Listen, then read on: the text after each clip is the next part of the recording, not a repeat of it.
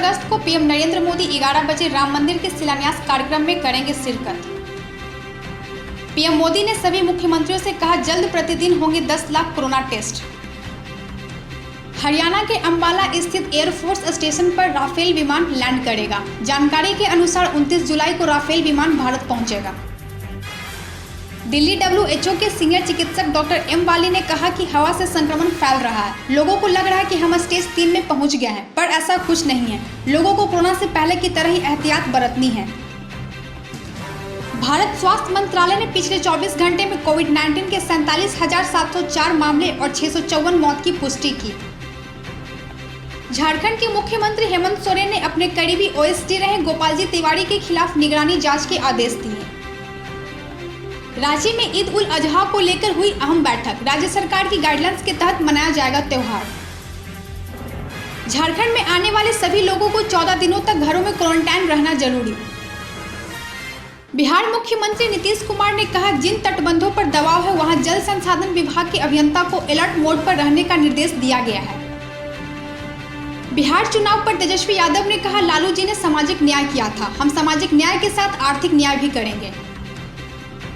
बिहार में दरभंगा के कुशेश्वर स्थान थाने में बाढ़ का पानी घुसा, पानी में सांप घूमता दिखा।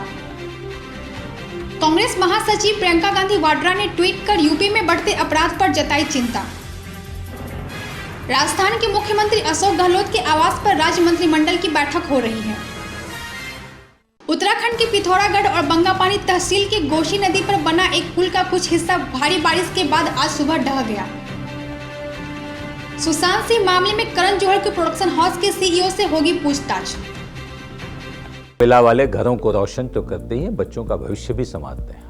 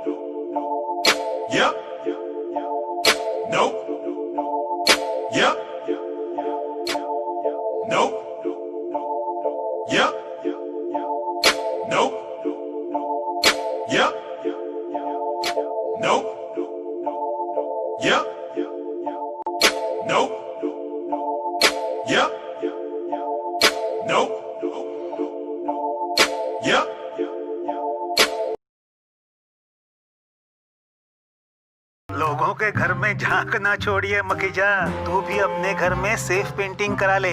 शूटिंग के लायक होगा तेरा घर। Asian paints safe painting service. Missed call दें 80504 80504 पे। वाह।